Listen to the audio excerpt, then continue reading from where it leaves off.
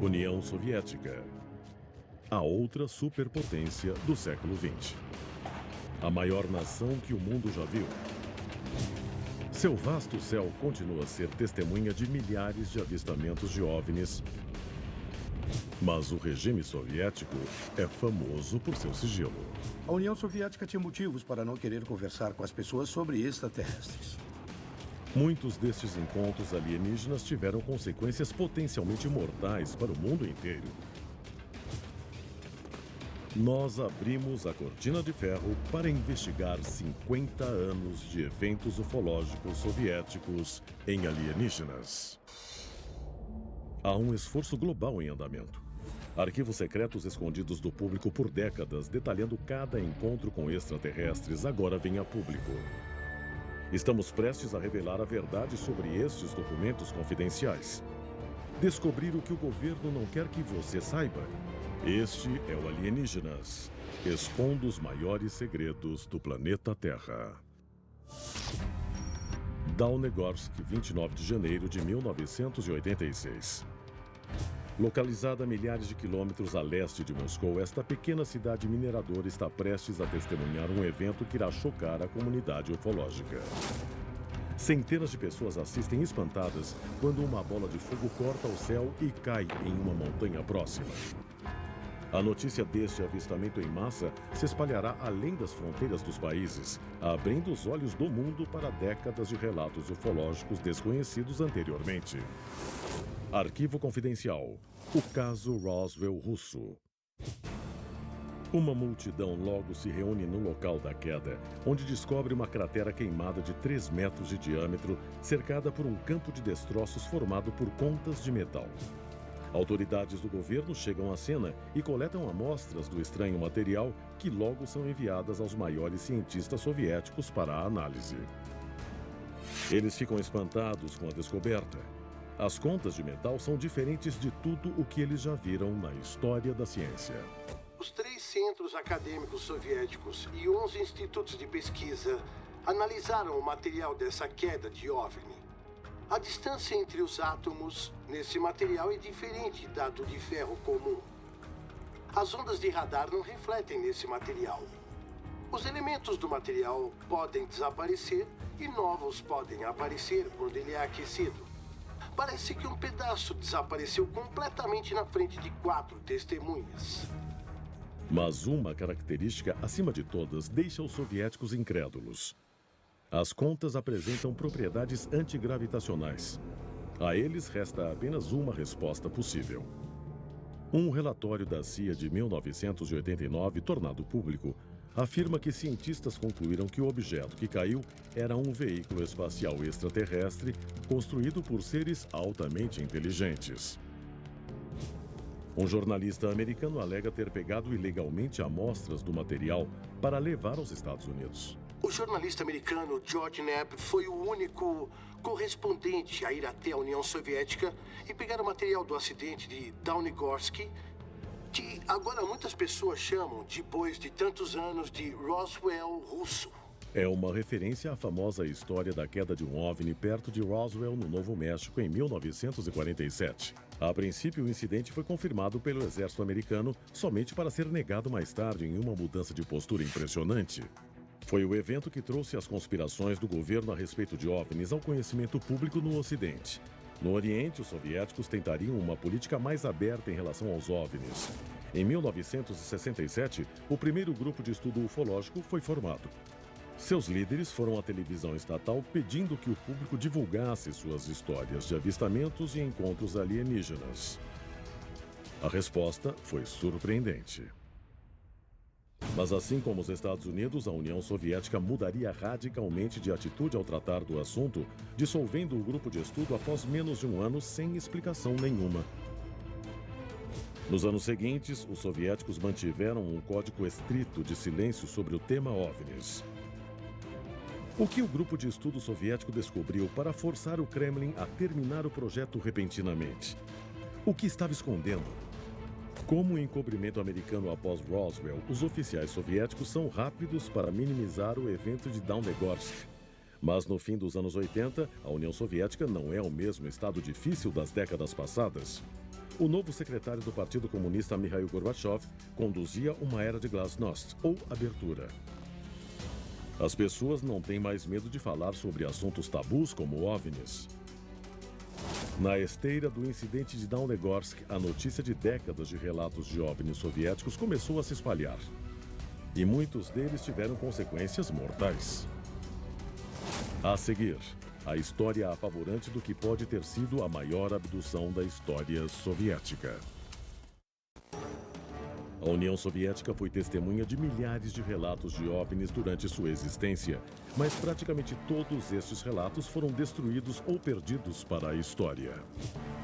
Um dos poucos que ainda sobrevive continua a assombrar a região até hoje. Arquivo Confidencial. O incidente da passagem de Dyatlov. Montes Urais, 1959.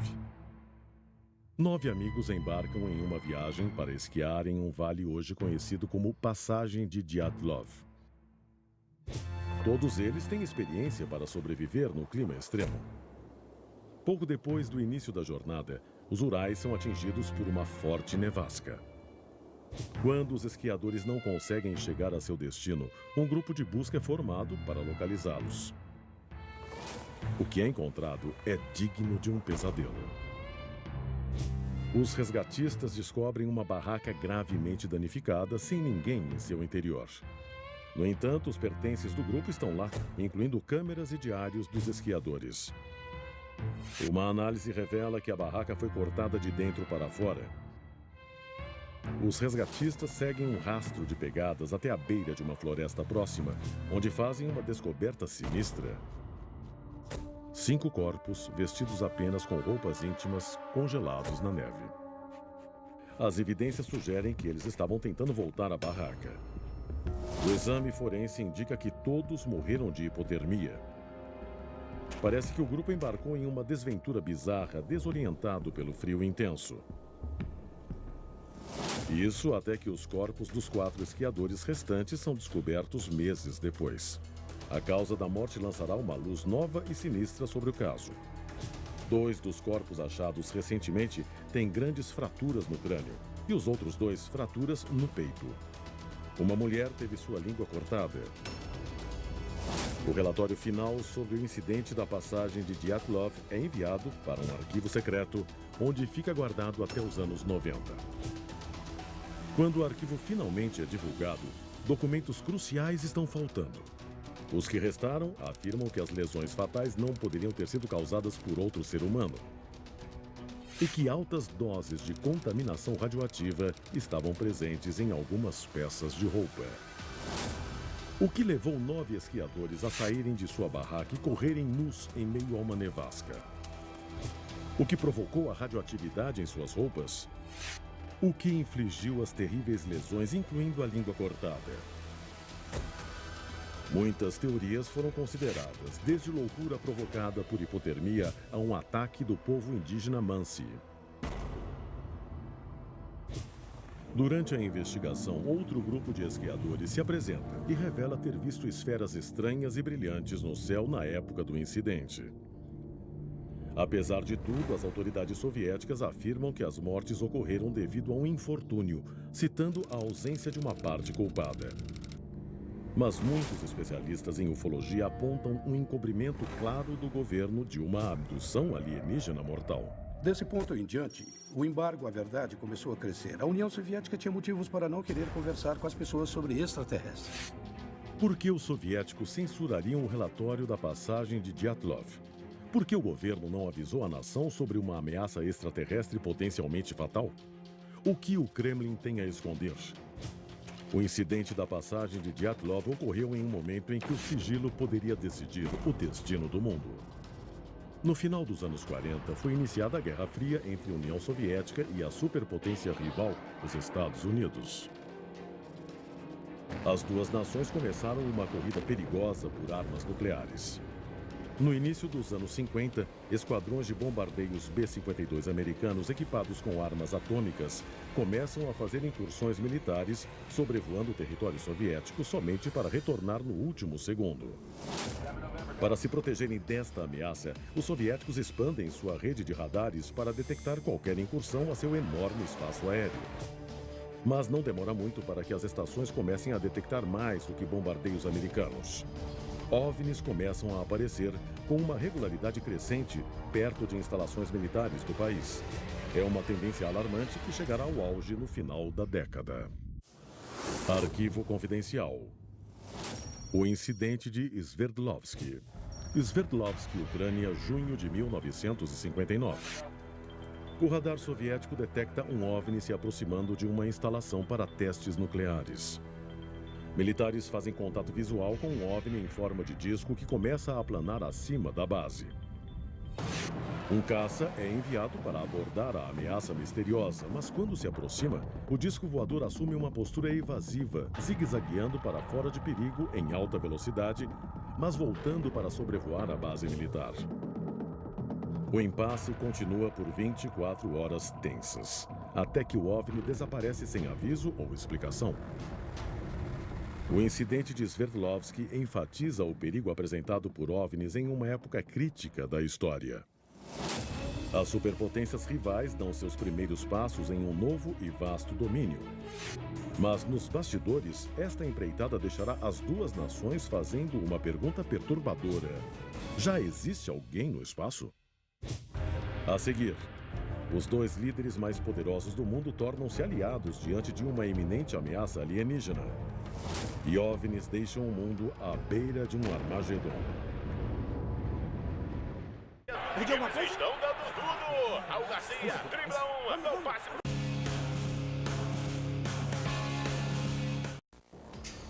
Assim como os Estados Unidos, a União Soviética omitiu décadas de relatos de OVNIs.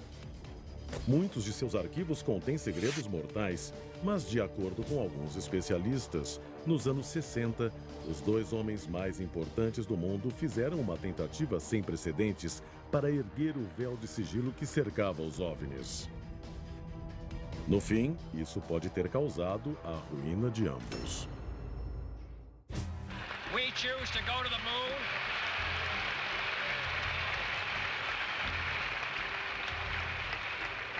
We choose to go to the moon in this decade and do the other thing.